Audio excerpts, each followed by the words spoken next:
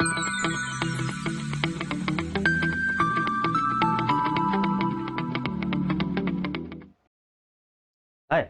this is Chintan Patel. In this lecture, we are going to look at the concept of shear stress that are applied on the beam or any structure similar to the beam. So here we are starting our chapter or this new concept with the derivation of the shear stress formula. This is also very important derivation which has already been asked in multiple examinations. So it is very important for us to understand the derivation steps, because it will also give us few basic concepts to solve the examples or applications based on the shear stress chapter. So let's get started with the first derivation diagram.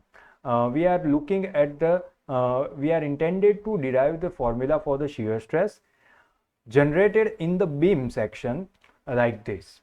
So what we have done, we know that the beam length is as much as per the requirement of the building or any structure, but we have taken only one section of the beam or intermediate part of the beam, intermediate length of the beam, where let's say that length is nothing but the ABCD. So I'm just highlighting with the annotations over here so that you guys can understand. These are our key point that you need to understand. This is our A, B, C and D. These are the point which is taken into consideration for the derivation of the shear stress. Later on we can also apply this equation for the entire length of the beam, but right now we have taken only one section part of the beam. Let's say the beam is loaded with the sufficient amount of the shear forces. It might be a point load or it might be a UDL. So you will see that we have used a UDL. We can also use the point load, but we have taken the example of the UDL in order to have a simplicity, because generally the weights are in the form of the UDL. That's why. Later on, right now we are not focusing on this design, this triangular pattern that we have explained over here. This simply just shows us the intensity of the shear stress, or we can say that the shear stress distribution across the section. So we are not focusing on that. All we need to understand is that there is a UDL acting on the beam. Another part that you need to understand is this moment. This is a couple or a free moment that we have also studied in the previous sessions. At the point AB, or we can say that at the section AB, the moment which is applied over here is M, or this is the couple or the moment of the couple. If we move forward to the section CD, then at section CD, you will see that the moment is a little bit changed, or we can say that the value is changing with the distance. So at section CD, we have taken the variation in the moment, and that variation is represented by delta M.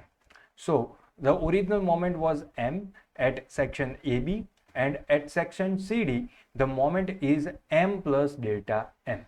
So this is how we have assumed our loading condition.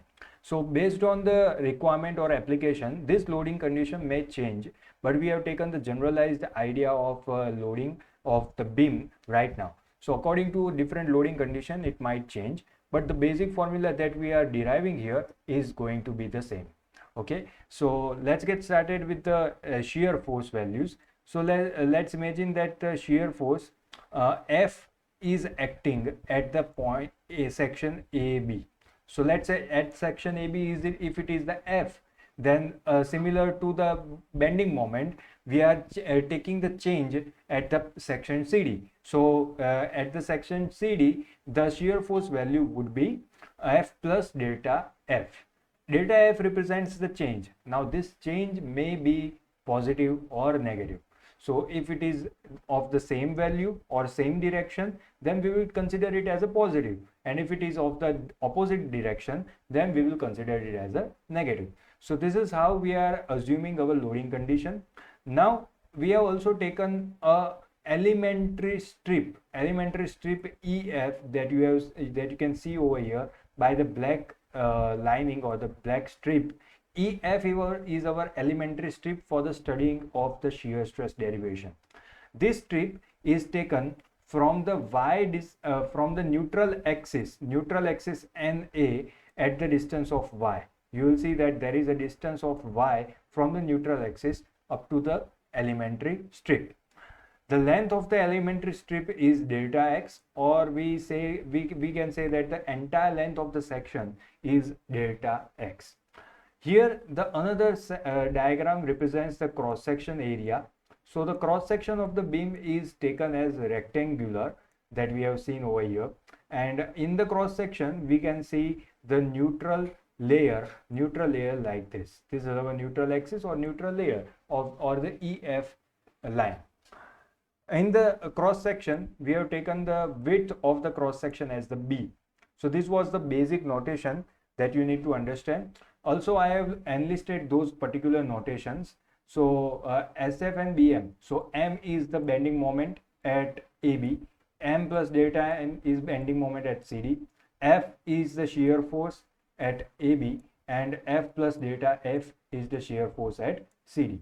Here I have already mentioned and repeating it that delta M and delta F simply suggest the change in value.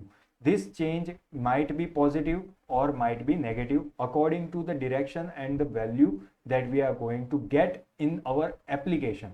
So according to application it may change from positive to negative, but right now we have just written it like delta M or delta F.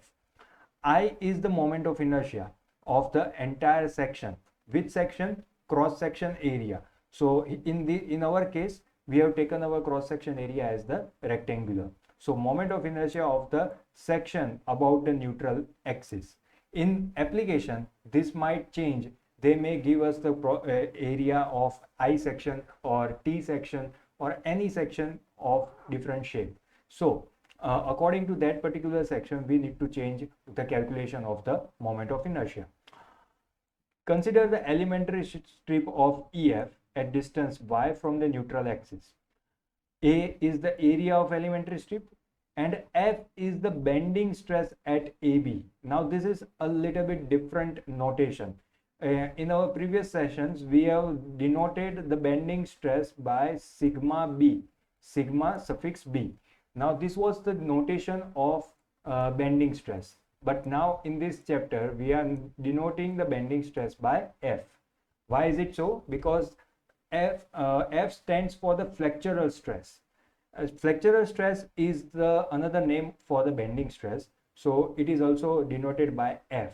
So F is the symbol of bending stress.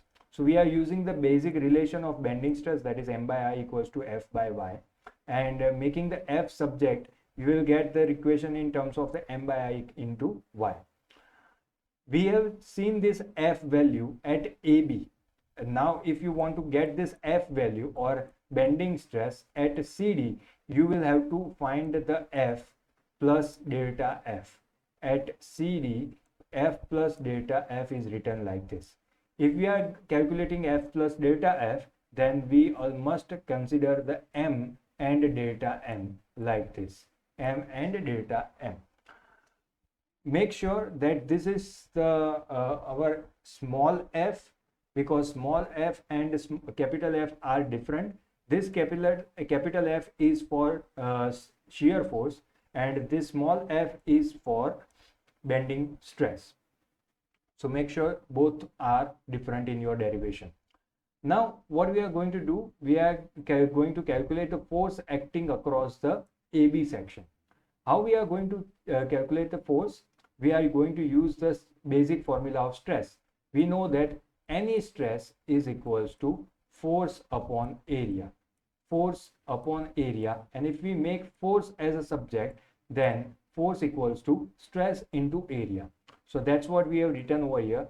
The stress into area will give us the answer of the force acting on the AB. The stress is F on the AB. Area of the strip is small a.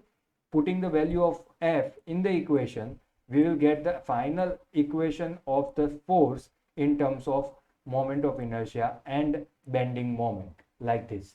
We will consider it as equation number 1. Now we will move forward and go for the another force acting on the CD section. So while calculating the force for the CD section, we need to consider the stress on the CD section, and that was F plus delta F. And in that particular case, we have taken M and delta M both because we are talking about the CD section. Now we got the value of forces on AB and CD. Now we are considering here opposite direction forces. Let's say if you are taking the force, shear force going in upward direction at AB section, then we are assuming that at CD section it will go in a downward direction. Just for the sake of generality, and according to application it may also change. So net unbalanced force on the strip can be calculated by taking the algebraic sum. In the algebraic sum, we take upward direction force as positive and downward direction force as negative. So you will see that one force is taken as positive and another force is taken as negative. So taking the final answer in terms of this will give us the final answer in terms of delta M. So here I would like to correct myself, because final answer will only come when there is a sign change. Here is not multiplication, it is a addition. So here is the plus positive sign. I'm going to use this plus sign so that you guys don't get confused. In the previous slide also it was plus. Let me just correct it. Here it was plus M plus delta M. Okay, so let's get started with our basic calculation. So we are getting the final unbalanced force in terms of strip, only strip. So if we want to find out the unbalanced force for the area above the neutral axis, then we have to do a integration. So what is the integration? Integration of the entire section above the neutral axis. Let's say this vertical distance is the total depth D. So above neutral axis distance will be exactly the half of D, and then it can be written as D by 2. We need to find out the value for above section. So here we at the neutral axis we are considering 0, and at this point the limit is D by 2. So that's why we have used the limit of 0 to D by 2 like this, 0 to D by 2. And integrating the unbalanced force value, first of all we will take out the constant terms. So delta M upon I are the constant term which we have taken out. In the integration area, we will see the summation of integration. Itself is a summation of different small values. So summation of area will give us the total area, capital A. So instead of small a, we have written capital A. And y into dy will give us the centroid or centroidal distance. Centroidal distance of y bar. So delta M upon I into a y bar is the final value of the shear force or the force acting on the area above the neutral axis.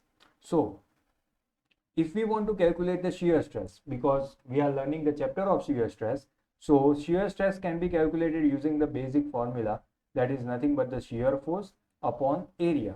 We have calculated the shear force.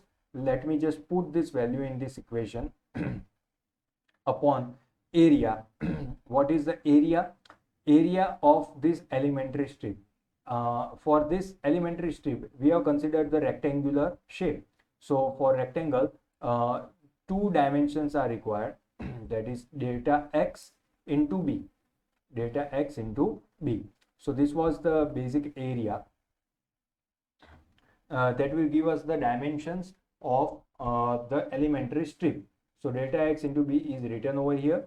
Simplifying this, we need to remember or recall one relation between the bending moment and shear force that we have derived in the chapter of the shear force and bending moment. Instead of this particular bracket, we will use shear force F. We will use shear force F that we have studied, that both of these are equal and are related to each other in the chapter of shear force and bending moment. So from that particular chapter, I'm taking this liberty to use F instead of this bracket. So instead of that bracket, we are going to write F over here, and this is our final formula of shear stress that is being generated in the beam. Now, according to different application of the stresses and different application of the load, we can calculate the shear stress using the same equation. So right now, we conclude our lecture over here. In the upcoming lecture, we will see that how the shear stress is being distributed in the different shape of the cross section. And later on, we will go for the numericals or applications. Till then, thank you.